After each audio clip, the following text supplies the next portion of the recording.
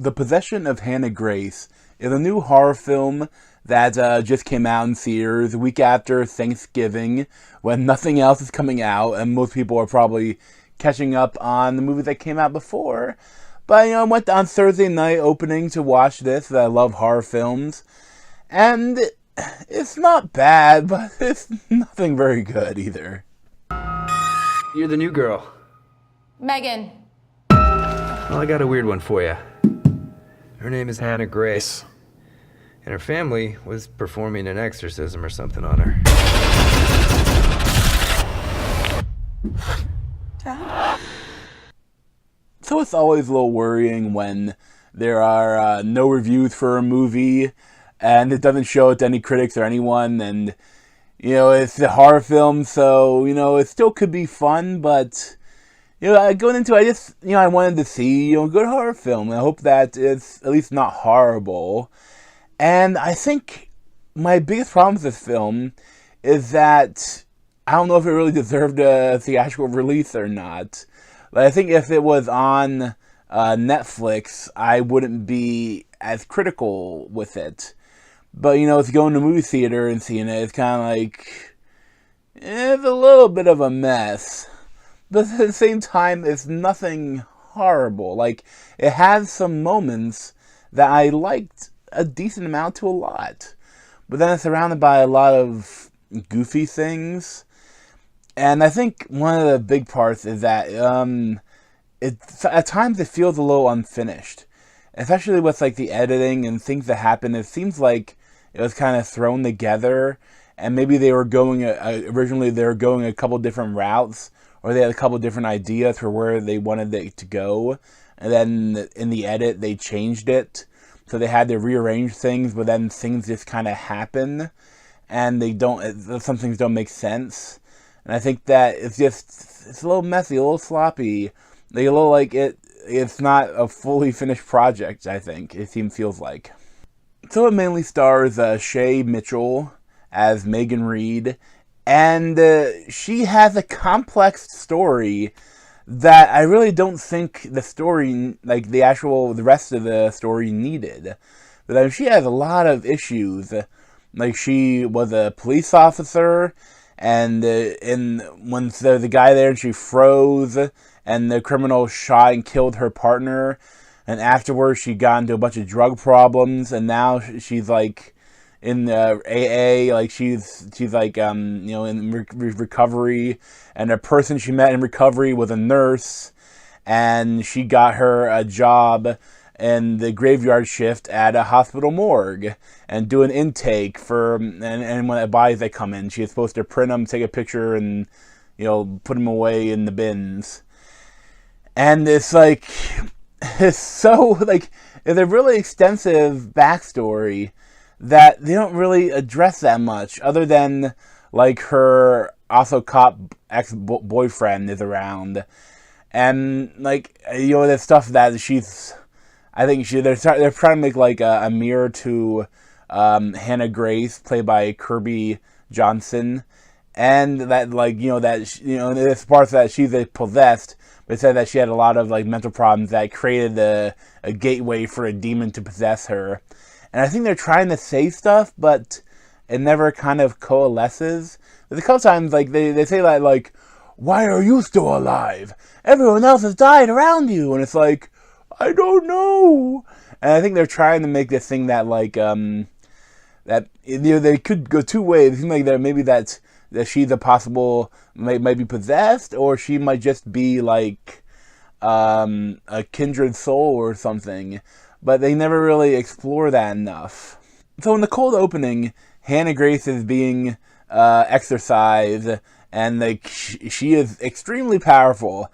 She's probably maybe the most powerful possession I've seen in the movie, because she like the priest that's doing it, like, she stares at him and he like rises up in the air and flies 30 feet and to land on the Jesus crucifix with one of the thorns from his crown piercing through his skull. And it's like, it was kind of a cool death, but it's like, it's a little too powerful. And I also thought that the sound design was pretty bad in this movie. And they really kind of let down. Like, scenes that should have been more epic or cooler just weren't. They kind of, the sound was so bad. And at other times, like, even when they try to do fake jump scares and other jump scares, the sound, I mean, if you're going to do a stupid fake jump scare, at least make the sound right. But they didn't do it right. They didn't do it. If you wanted to make a jump scare, they didn't even kind of do it right. It was kind of odd. So the main girl starting her first day of the job, first night of the job, and also like her friend, her sponsor is Stana Katic from the Castle show. She has like one normal day, and the hospital is kind of creepy. It's like this concrete thing, and the lights coming on and off by sensor, and it's already kind of creepy. And I wish they would almost done a little bit slower before they actually revealed Hannah Grace, because like she even had a thing where she, before the body even comes in, like she has like a vision of the guy that killed her partner, and the film just kind of uses that to give you more backstory on her character. By the time it's like, wait, is she hallucinating? And like I mean, if you're gonna do that, I think it would be more interesting that when actually the possessed body comes in, if there's like some stuff going on where like she wasn't sure if it was real or if they played more with that. But they set it up, but they didn't really play with it that much. Right around this time, they're also set up some really bad side characters. They have multiple side characters that are really stupid, but the worst is played by Maximilian McNamara, plays Dave. He's like a security guard with like a white security guard with a big afro, and like he does a really bad fake jump scare, and it's also just kind of annoying.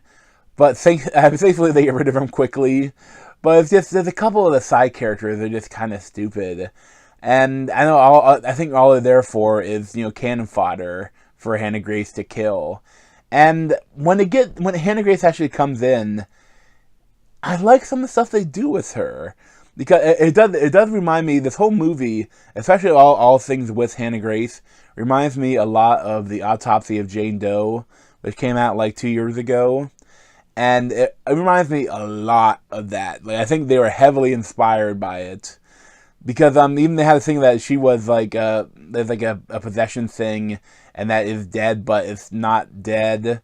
And that they doesn't want to be cremated, and that like by killing people it can heal herself.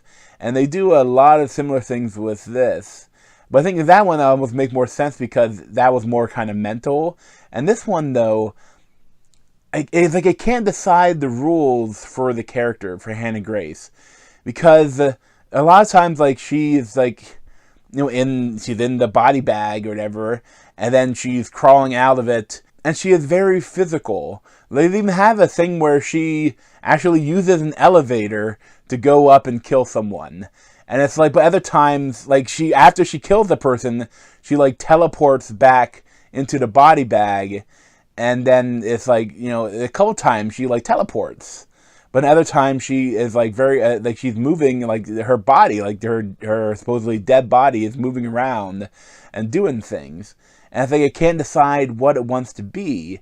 And also there's stuff like where it's like some of the people that she's killed at one time, like they seem like they're possessed too, like they have a glowing eyes. And that's one thing it's kind of like the idea that like the mark of the devil is this like blue eye that the character has, and that's like showing that whenever it's possessed or whatever, right? It's kind of a cool idea. But like they don't define any of the rules or any of what it was meant to be, and it's just kind of goofy. Like, I think it would have been cooler. I mean, some of the stuff like most of her kills are just like she stares at the person, and the person rises up, and then they die. And I think the death scenes could have been a lot more interesting.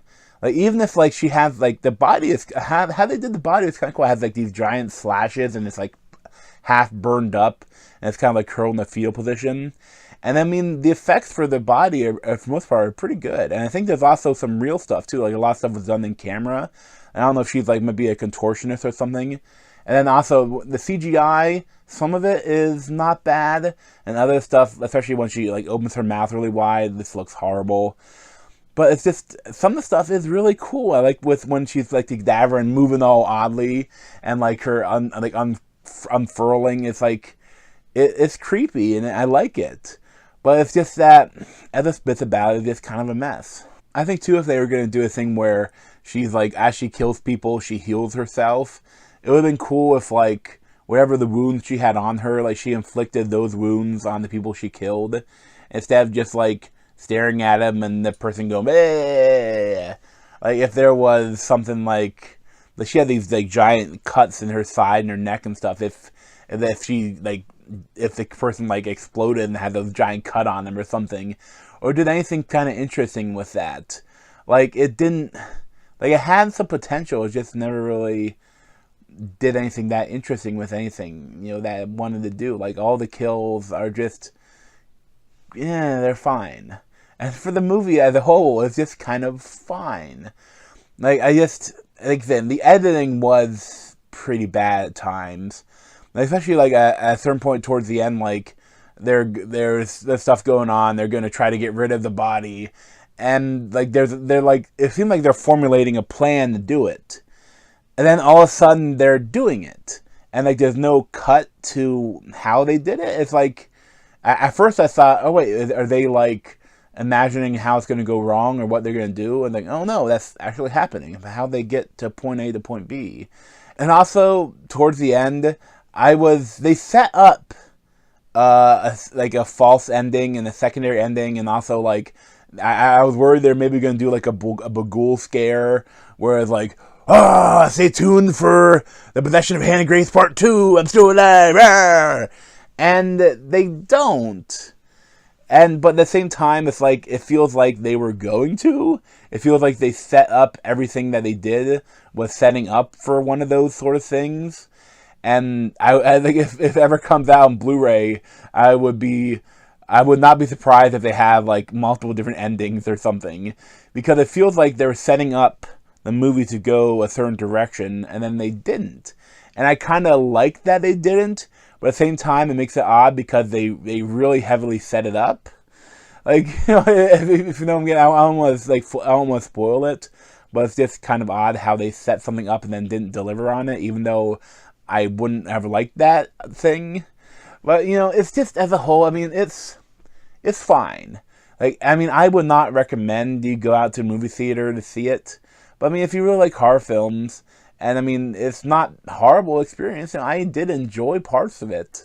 But I think I'd probably recommend that wait until it comes out on, you know, streaming or Blu-ray or something like that. Like, it's not something you have to see in theaters.